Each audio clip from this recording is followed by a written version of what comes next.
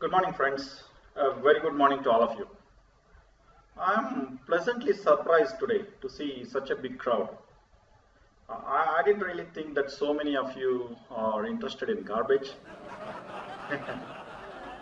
Well, thank you. And welcome to this talk on garbage. Thanks for your time. By coming here, you have actually acknowledged the fact that we do have a problem.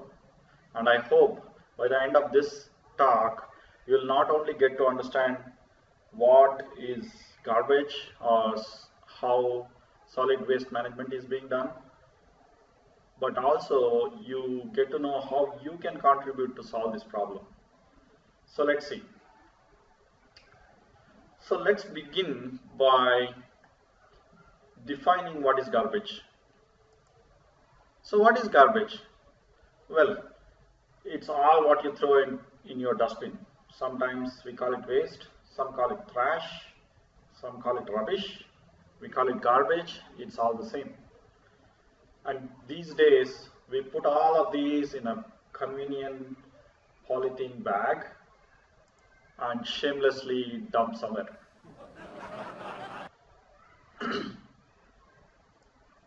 So what's the result?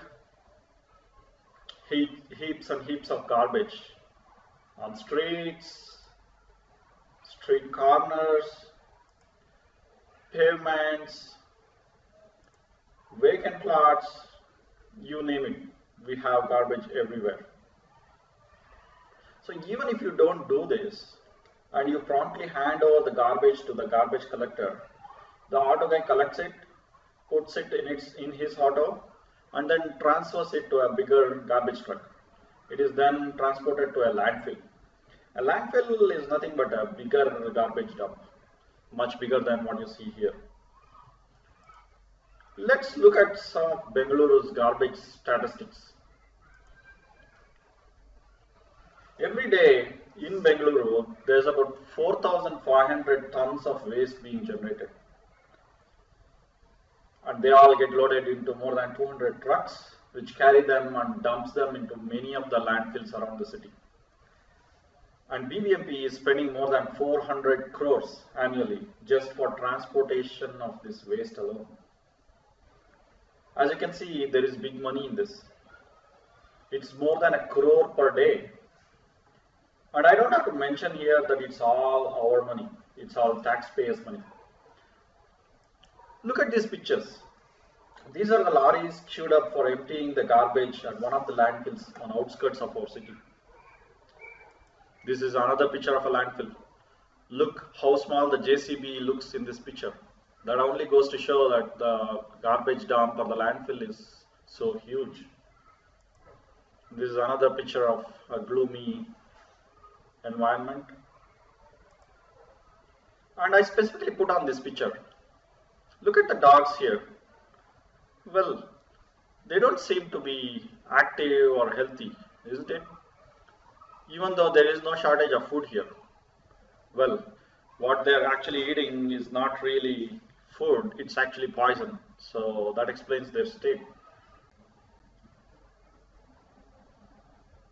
So all this unending dumping has resulted in many landfills around Bangalore.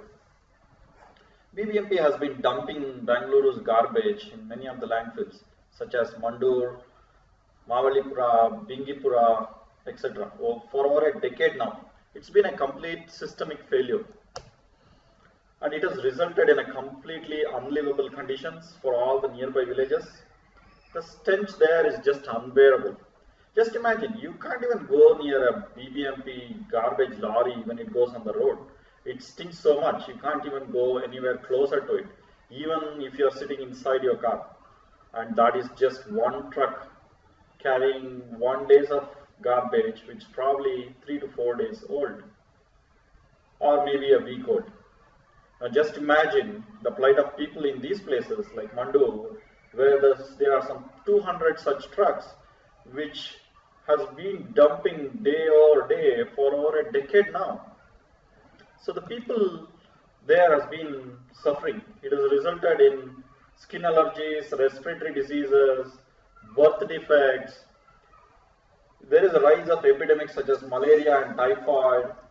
It's been reported that even the first cases of dengue and chikungunya was reported from there.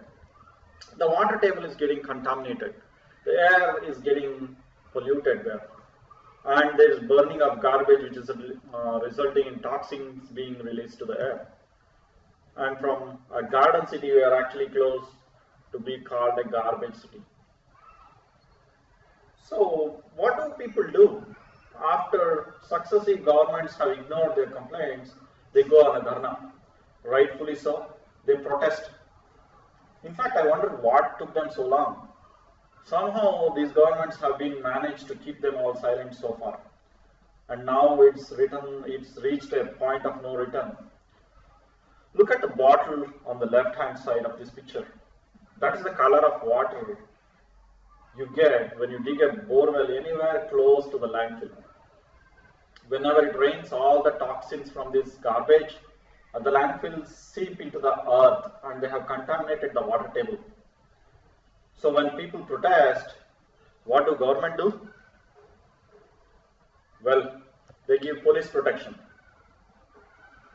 Not to the people, but to the garbage. Yeah, really, I mean it. Really, that's true. Sometime back, they had actually imposed Section 144 in Mandul. You cannot organize protests there. Probably this is the only place in the world where garbage is being given police protection.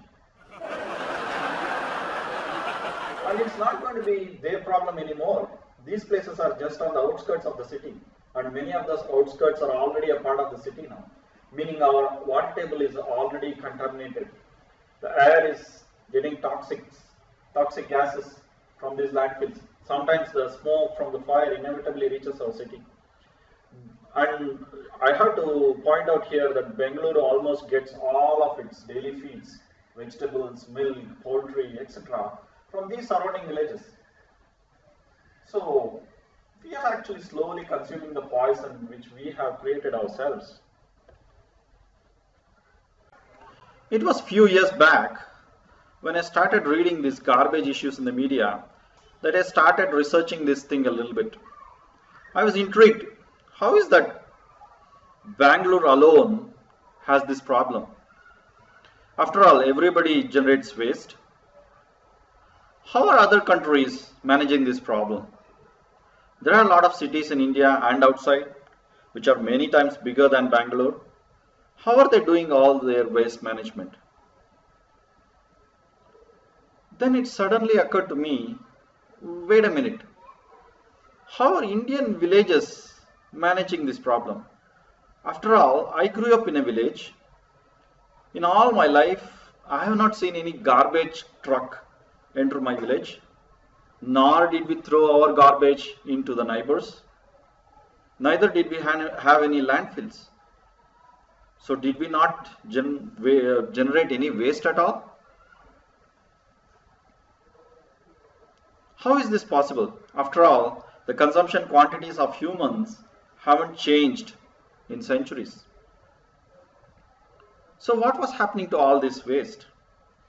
So in order to understand, I want to take you back in time. Let us go and see what happened in our house, in our village, about 25 to 30 years back. So once upon a time in a village, about 30 years back, let's see what happened in our kitchen. So ours was a joint family of about 9 people.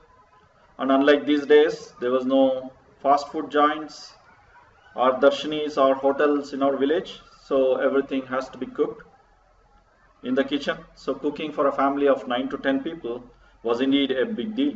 And of course, a lot of food. The first and foremost thing, I think we used all things in the right way. What I mean here is, as children, we were served food. We were told from the very beginning that we should not waste any food. We were basically farmers, and we used to eat what we grow, and always thankful to the Almighty to bless us with timely rains and weather. So for us, food was divine. We were told that if you waste food, gods would get angry. So we made sure that our plates were filled with only with what we could finish. Believe me, it was not really due to insufficient food. We had plenty of that actually. In fact, we used to sell the excess food grains and make a living out of it. So there was never really a shortage of food. Then we also used to share food a lot with our neighbors, maids, servants. In fact, there was a cluster of families living around us, and sharing food was a part of our culture. And sharing food, by sharing food, you don't only get to taste other people's food, but it also is a great social enabler. Any delicacy would make rounds in our neighborhood. And even with all these, needless to say, a large kitchen satisfying about a dozen people, there will always be some excess food which will remain. So the little remaining rice from the previous day used to go into the stove again, on the stove again for making ragi balls. So that ticks our first tick mark here called use. Actually, in the principles of waste management, they call this reduce. I wouldn't call that reduce in this context because we used it to such a great extent that the reduce doesn't come into picture at all. Reduce only comes only when you have in excess, when you're consuming things in excess and you want to reduce. So if you are properly using, where is the question of reduce? Okay, next. A large kitchen meant a lot of wet waste, vegetable peels, coffee grounds, etc. etc. So what happened to all of this? All of this went into a large bucket of water. We used to call it kalagachu in Kannada. Some of you who know Kannada will appreciate this. That used to go to the cattle, cows and buffaloes. As an young kid, one of my favorite things was to carry these to these animals. I would enjoy keeping these big buckets in front of them, and I was amazed to see how it would all suck it up in one gulp. I really get nostalgic when I think about that. So now, what does cows and buffaloes give after feeding on all these? Of course, apart from giving us milk, they also give us dung, lots of them, cow dung. And what do you do with that dung? About 20 to 30% of the dung was used to make dung cakes, bereni in Kannada. After that dung cakes were dried, it used to be used as firewood. And of course, burning firewood gives us ash. All this ash and all the remaining cow dung used to go into the compost pit. We used to call it tippe in Kannada. Every village used to have a couple of these, usually on the outskirts of the village. Almost every waste from the house, after its use, reuse, it used to eventually reach this compost pit. So we used to use and reuse all the things, whether it was paper, jute thread, gunny bags, cloths, etc. We used to use and reuse to an extent where it could no longer be used. And finally, it goes along with all the floor dust into the compost pit. And of course, when I say compost pit, it gets recycled. I'll come to that in a bit. And coming to all the other things we consumed, we used to share and reuse a lot. As one of the youngest members of our family, I was at the receiving end. I used to inherit a lot of things, bags, books, pencil boxes, clothes, etc. And just because it was not new, I never felt bad about it. It was our way of life. One important thing you should notice here is that the word plastic is nowhere to be seen, especially when it comes to food. Food at home was always in plates, and during bigger events like festivals and marriages, it was either banana leaves or hand-stitched leaves, and we used to eat with hand, no plastic spoons, no plastic glasses, no plastics whatsoever. So that ticks our second tick mark, which is reuse, and we reuse it to the maximum extent. And last is recycle. As I mentioned, almost all the waste eventually used to reach the compost pit.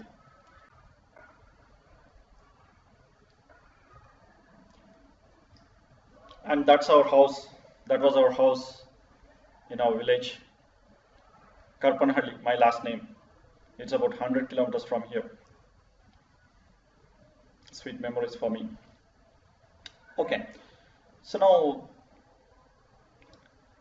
the last thing, recycle. So I mentioned to you that almost all the waste eventually used to reach the compost pit. A compost pit then converts them all into organic manure.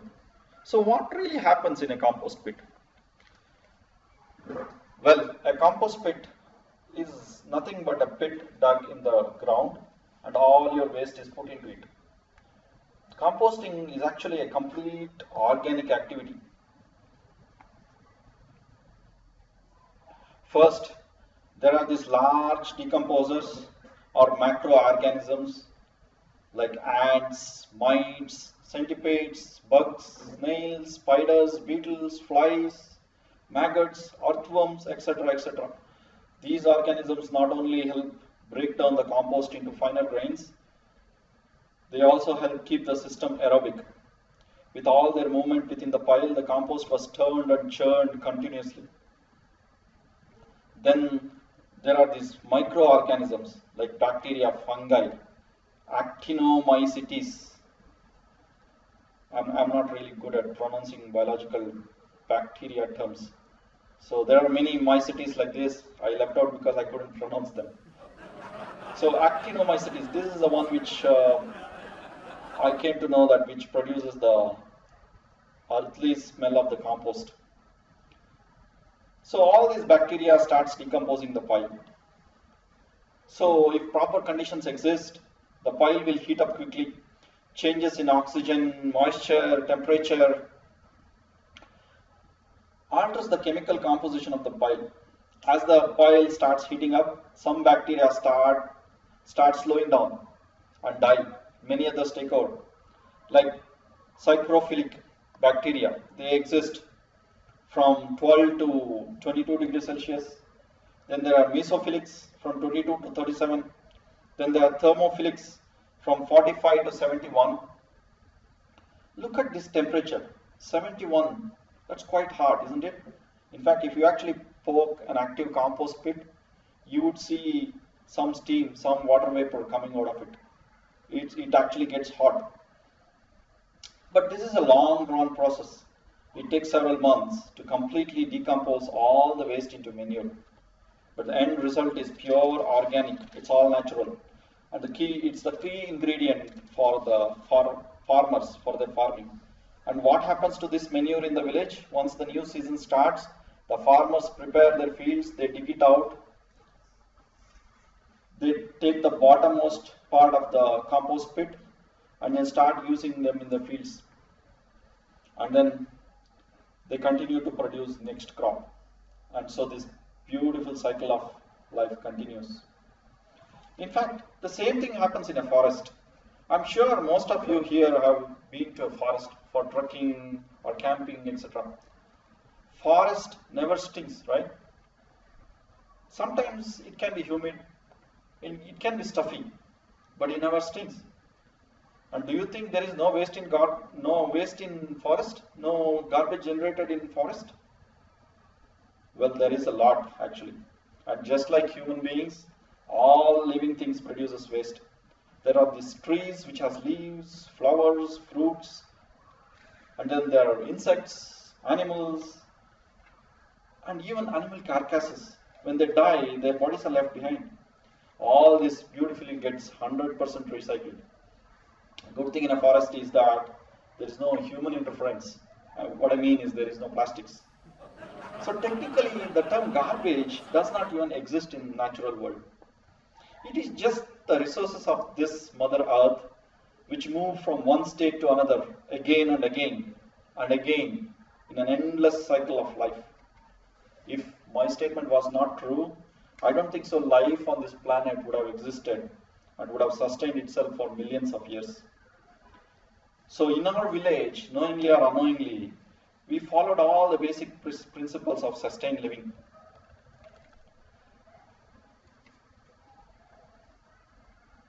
So we ticked all the right things,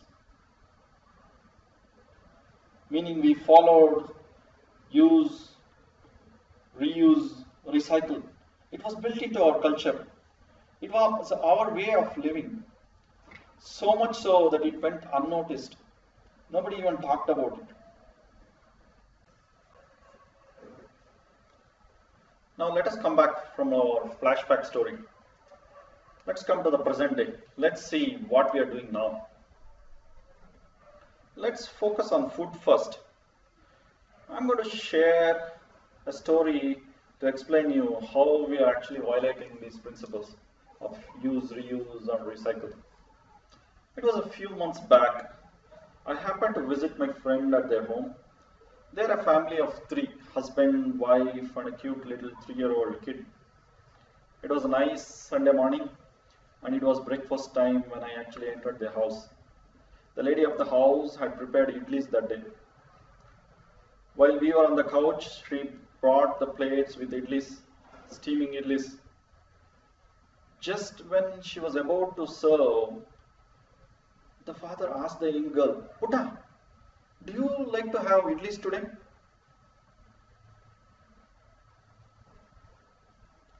Well, the most familiar answer from a 3-year-old is no. And he doesn't stop there. He goes on, "What else do you like?" The young girl is quite clueless. She was blank because she actually didn't know what she should be eating. Then the father puts forth these choices. "Do you like puri? Would you like masala dosa?" The girl suddenly gets excited. The masala dosa catches her. The term masala dosa looks interesting.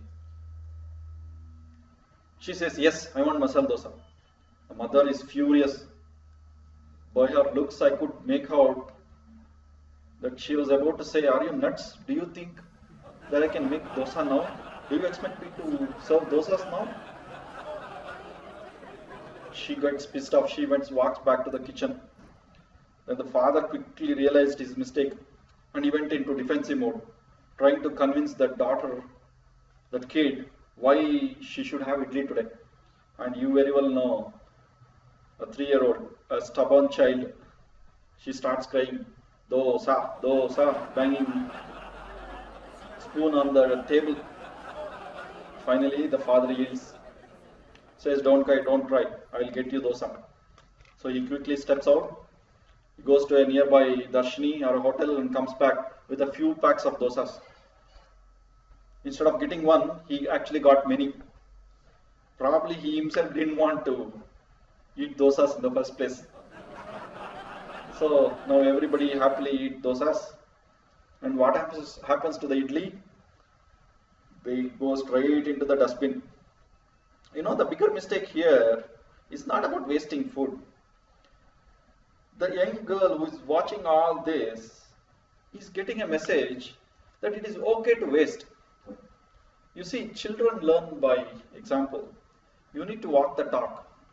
You simply can't say something to them and do something else. So let's look at how much waste is generated in this small episode. First, the food, the idlis are wasted. They are thrown into the dustbin. Second, all the boxes, covers which was used for packaging the dosas goes into the same bin. Note that even though the boxes are actually paper, they are actually plastic lined. This is almost equivalent to plastic because they are not recyclable. So as with any parcel from a hotel, you always have all the chutney, sambar in excess, and they all come in plastic bags, small packs, they all go to dustbin as is. So what happens next? We put everything in a thin polythene bag And needless to say, that bag already contained all the different things like glass, floor dust, toxic waste, etc., etc. So they all go into a plastic bag like this. And what happens to the plastic bag? It's given to the garbage collector next day. He takes it in. He then puts it into an auto and then it finally reaches the landfills. Apparently, in our way of life today, we don't seem to follow any of this. We don't think about use, reuse, recycle. We are not conscious about the impact on nature. When you throw something into the dustbin, we think we can afford it. But let me remind you that we don't own anything on this planet. It's all resources of this Mother Earth. When you pay money and buy something, you're actually leasing it. You have an obligation towards using it responsibly and returning, in other words, disposing it in the most appropriate manner. Before you throw something into the dustbin, just think about these three principles. Have you done enough? Have you done enough to actually checklist these three? These days you have plenty of options. You don't have to throw many things in your house. Instead of throwing things, valuable things like electronic goods, furniture, just think there are options like Quikr, OLX. You can sell it or even give it for free. You never know what is waste for you could be of use for somebody else.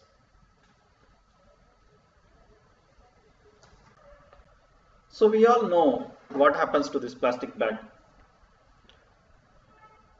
It finally ends up in a landfill. So what should you do instead? Well, first and foremost, stop doing this. Please stop doing this. This is a shame. Shame on you, shame on all of us, shame on our city.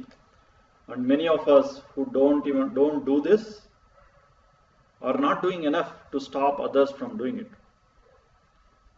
By littering our own streets, corners, vacant plots, we're slowly converting this city into a landfill. If we continue to doing this in a couple of years, the whole of Bengaluru will become Mandur, probably bigger than Mandur. How disgusting can it be that we are actually creating landfills within our own neighborhoods? Sometimes I wonder how to describe these irresponsible people. How do you describe an act of throwing your garbage on the streets? Can we call these people insensitive, selfish, nutcases? Well, I call them nutcases because I want to really see what they do inside their home. Do they really throw a banana skin on their own bed and then argue with their spouse saying that that is your part of the bed, my part of the bed is clean? That's insane. So the results of this irresponsible acts are these landfills, not just in government designated places, but also all of our neighborhood. And do you know, the root cause of all the other issues in the city is garbage. Let's take, for example, the street dogs. Street dogs have been a menace in the city. According to the reports, there are more than 100 cases of dog bites reported in the city in government hospitals. And this is just government hospitals, it doesn't include the private ones. They're notorious. They chase people on two-wheelers. They scare children. So why are these dogs a problem in the cities? For everything again, I look back to my village again. Were there no dogs in the village? Yes, there were dogs, but they were never a menace. Why? Because there were only a handful. And believe me, nobody came to the village to sterilize these dogs. And how come then there were only a few dogs, not many? Well, there was no free food on the streets. So if there was no free food on the streets, how did this handful of dogs survive? Good question. There were few compassionate ladies, women in the village who took pity, almost indirectly adopted some dogs. They were not really pets actually. They were really village dogs. In fact, they had a sense of belonging.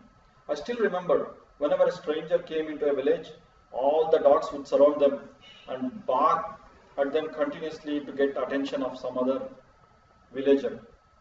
Until somebody from the village came to the escort the visitor has had no choice just to stand around and wait. And it's probably the reason why I never heard of any robbery or theft in a village. In fact, life was so good that during summers we used to actually sleep outside our homes. Sometimes even the doors were not really locked. So these dogs were kind of guardians of the village. They not only actually look for visitors and strangers, they used to bark when monkeys entered the village. They used to catch attention when something strange happened. I remember one incident where dog started barking at something and then we found a snake there. So this way, it was all a beautiful ecosystem. And I don't think life would have been sustained for hundreds of years in these villages if all these things didn't really coexist and blend with nature so beautifully.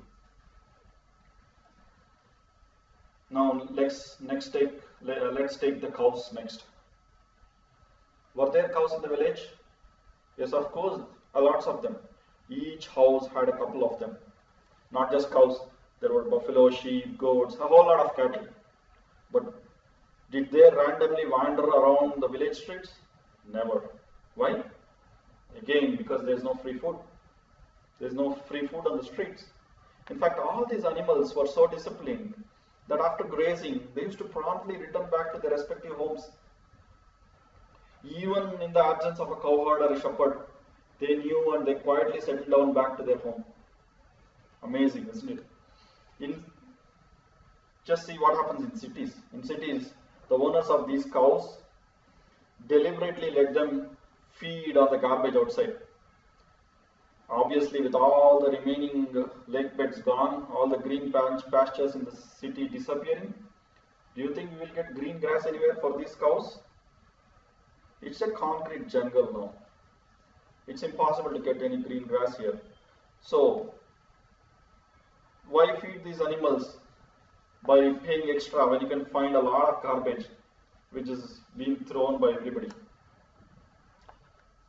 So, these animals feed on the garbage you throw and they sell the milk generated from it. Makes perfect business sense, isn't it? No investment, zero investment, all profit. I really pity these animals. They are made mercilessly to eat plastics every day. And they develop all kind of issues. And you know, they die a very painful early death. Just search on YouTube for Indian cows and death by plastics. You will see a ton of these horrific videos. Very sad indeed. Now coming to pigs, the same story. There will be no pigs on the street if there is nothing there on the streets to eat. So the root cause of all these issues is garbage. Whether it's dogs, pigs, diseases like dengue, chikungunya, etc. It's all garbage. And the root cause is garbage in plastic bags. Did you know all the different things which you can recycle in the natural world?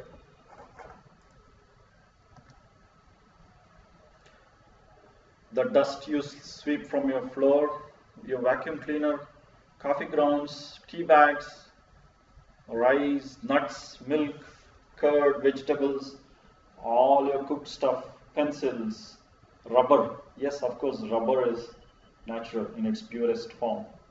Balloons, leather, wood, flowers, the list goes on. I'm not saying here that you can compost all of these at home. All of these has a different cycle of, they undergo different cycle of composting. So you cannot really compost all these at home, but yes, all of these are biodegradable.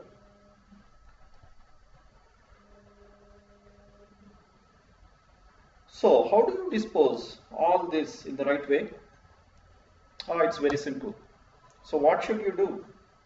All you have to do is follow the 2 bin 1 bag system. You have 2 bins, the green one for the wet waste and the pink or the red for medical or sanitary waste, and 1 bag for the dry waste, what you can see here in the picture. Now let's see what all things you can go into these containers. The green bin is for your wet waste. Almost all of your kitchen things, vegetable, fruit, cooked food, leftovers, eggshells, chicken, fish, soil, tissues from kitchen, your coffee, tea grinds, leaf plates, all of this can be put into the green bin directly. Please do not use a plastic liner. Using a plastic bag defeats the purpose. So strictly no plastic. I know it is little inconvenient for you to wash this green bin after you give that, hand it over to the garbage person, but then that's little you can do for the environment. Next, the red bin. All your medical waste, bandages, injections, diapers, sanitary waste, human use tissues, medicines, floor dust, shaving blade, etc. All this goes into the red bin. And if you have construction debris such as paint, cement bricks, electronic wastes, these should be handed over separately. You should actually use paper for broken glass so the handling becomes easy, and hand it over separately, because these are all toxic and they can be recycled too, but then they have to be done in a different way, handled in a different way. Now coming to your dry waste, there is this big bag for dry waste. Purposefully this is a bag, not a bin, because no wet items are supposed to come in there. All the plastic covers, bottles, chocolates, wrappers, milk, curd packets, of course you should rinse them in water before putting it in here. So again, milk and curd packets do not qualify as wet waste because they are not really wet waste. Curd and milk are, but then the plastic cover itself is dry and then they can be reused, recycled. So please rinse them and put it in the dry bag. The dry waste need not be disposed every day.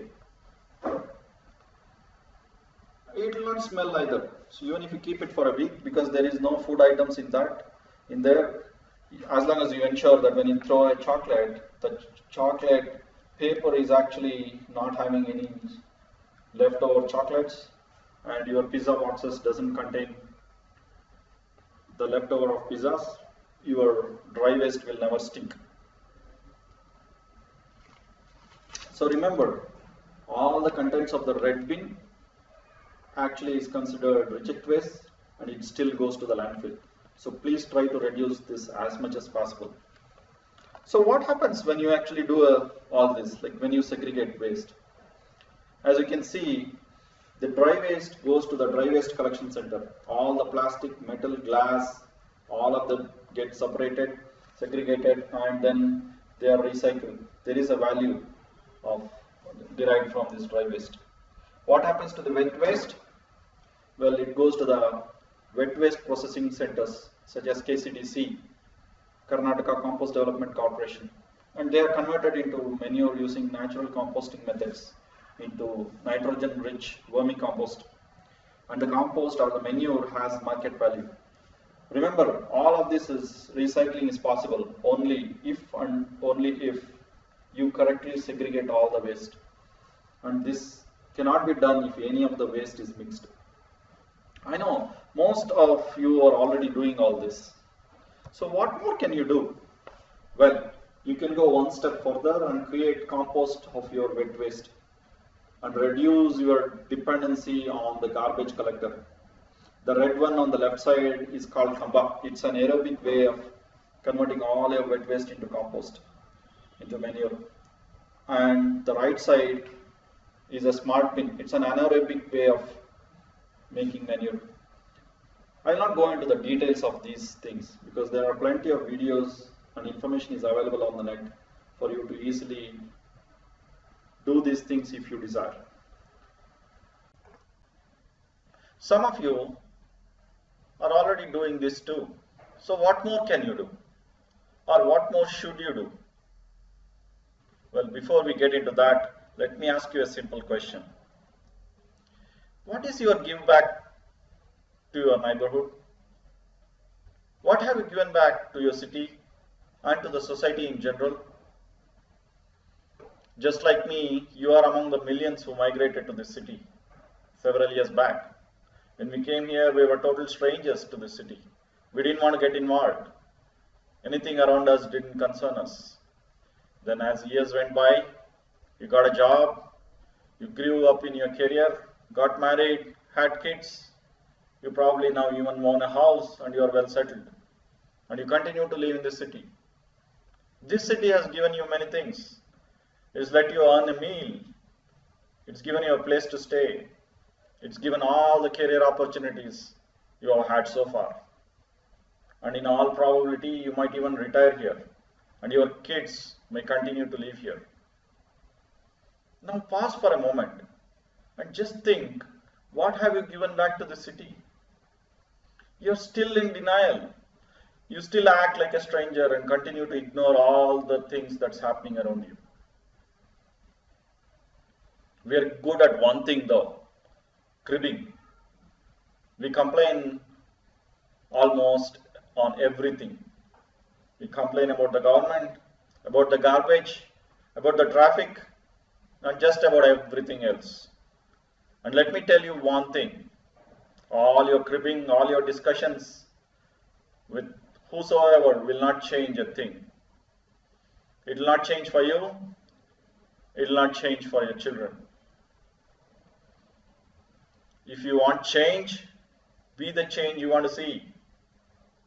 It's never too late. Join one of your localities' RWAs. RWA stands for Resident Welfare Association. Work towards the betterment of your neighborhood. Join hands with the government. Try to bring the change you always wanted to see. Have patience and believe me, you will start to see change happening. Join environmental groups such as Hasiru Mitra. If there isn't one in your neighborhood, start one yourself. The group such as Hasiru Mitra is a voluntary organization of some very good like-minded people. The group has been very active and has achieved amazing things in just a few months. There are a lot of activities which Hasiru Mitra has been part of, such as they conduct environmental workshops at parks and public places to bring in awareness. They work with BBMP. They also coordinate with RWAs to ensure compliance, clear black spots. When I say black spots, it's garbage dumps. Work with garbage contractors to streamline garbage collections in the area, etc. Some very active, very enthusiastic volunteers have gone ahead and voluntarily cleaned up and painted some of the black spots. You can see one or two photos of the same. Some of the tech-savvy members have been using online tools and technology for better environment. They've created a Google map of civic issues in our locality, enabling every resident to click and upload the photo into Google Maps. We then follow it up with the government to ensure those things are cleared. As you can see, these maps actually map all the major, minor and huge black spots, along with whether there is fire, whether that's been cleared, etc.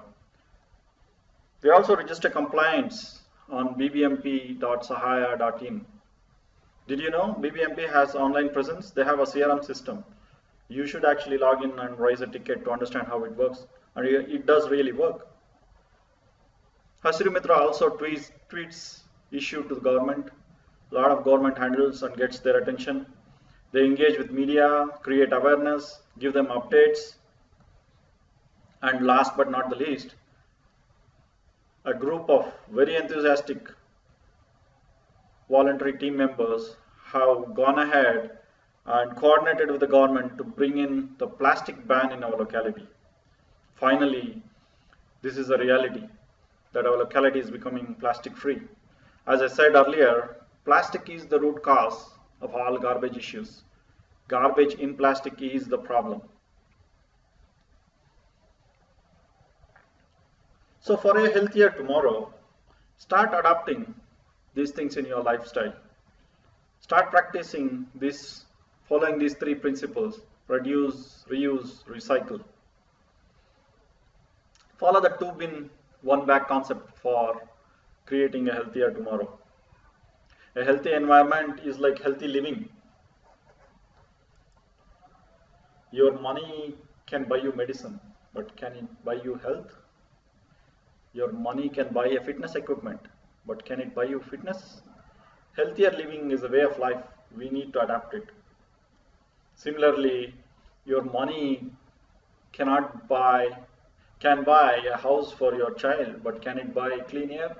You can get a luxury car for your child, but can your money buy clean roads? A clean and a safe environment is the best gift you can ever give to your children. Similar to healthy way of life, healthy environment is also a way of life. We need to adopt it. Just imagine, what's the point if your child has all the luxuries in the world, all the technology in the world, but she or he has health issues? If she is unable to run around, if she is unable to play with other children, what's the point in having all the luxury in the world? Do you think you can ever protect them with masks whenever they go outside? Can you always keep them in air-conditioned vehicles, buildings? Do you think a chikungunya mosquito will differentiate between a person who throws garbage and who does not? It's impossible. I know throughout this talk I've referred every negative act by citizens as we doing it. I understand many of you here are responsible citizens and we don't do this. But my point is, collectively as a society we have failed. The people who actually do all these mindless acts are in minority, I agree. But what is the majority of us doing? If we continue to remain silent, we become irrelevant. And like in our democracy, we let the minority decide our destiny. Just think whether you want this to happen. On a general note, I would like to leave you with this slide to introspect. I believe these words are more valid today than ever before. One of our presidents, Dr. Sarvapalli Radhakrishnan, once said, "Man has learned how to swim like a fish, fly like a bird, conquer the Everest, reach the moon, but he is yet to learn how to behave like a human." How true. Thank you all.